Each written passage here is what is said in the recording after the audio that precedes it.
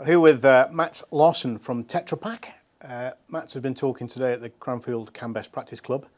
He's been describing the journey that Tetra Pak have been on as they implement key account management. Theme of the day was KAM as leader. Mats, could you just describe briefly an overview of your presentation?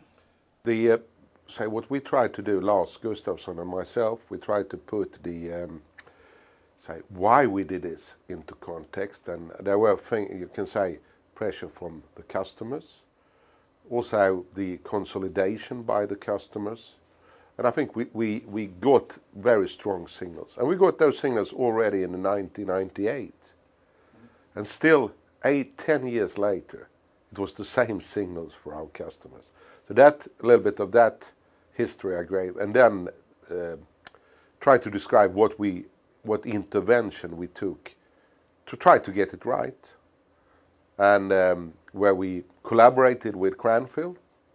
We developed a leadership program, KAM leadership program, but not only focusing on the KAM as the leader, but the KAM leading in the organization, influencing his team, being the leader of the customer, and also being leader for, say, to align the internal organization. So a huge effort, a global rollout. The program as such is, say, basically 4 modules. One where we mobilize the management teams, so the functional heads and the teams get an understanding of what is required. The second one, and then we also we have developed an ambition as a company, and we work on that ambition together with the teams and what can hinder them in achieving this ambition. Then the key account manager comes in for a week, where we say basically focus on 2 things: leadership without formal authority, influencing style, negotiation, say also how do you address conflicts, but also getting them up to speed on the functional side of it, the more hard skills of key account management. Then the third module is the management team, called Module C, to identify the agenda for the organization. And then I think, which is extremely important, 6 months later we come back at something we call Module D, or the follow-up, where we follow up the individual plans of the key account, but also what has been achieved in the organization.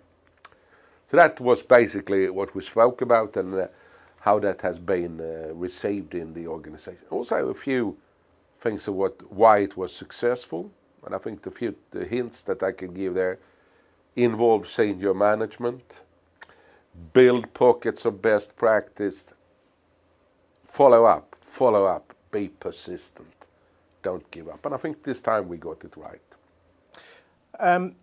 So your presentation was very well received. I think a lot of the delegates are in large, complex companies, and the sort of journey you've been on, they could absolutely relate to. I'm just wondering what's next for you. Where do you think your KAM programs? I think this journey we have done led to certain things. We realized that we were maybe talking key account management, but we were not. And that lies a little bit in our past history. We were not really willing to differentiate. Now what has happened is that we have now, say, taken out 43 or around 50 of our customers. That stands for 75% of our business. And focus even more on them. What can we do to add value to them? And I think that is the next step. And also the next step would be to do even more in the functional areas, to align their performance measurements with that they will become more customer oriented.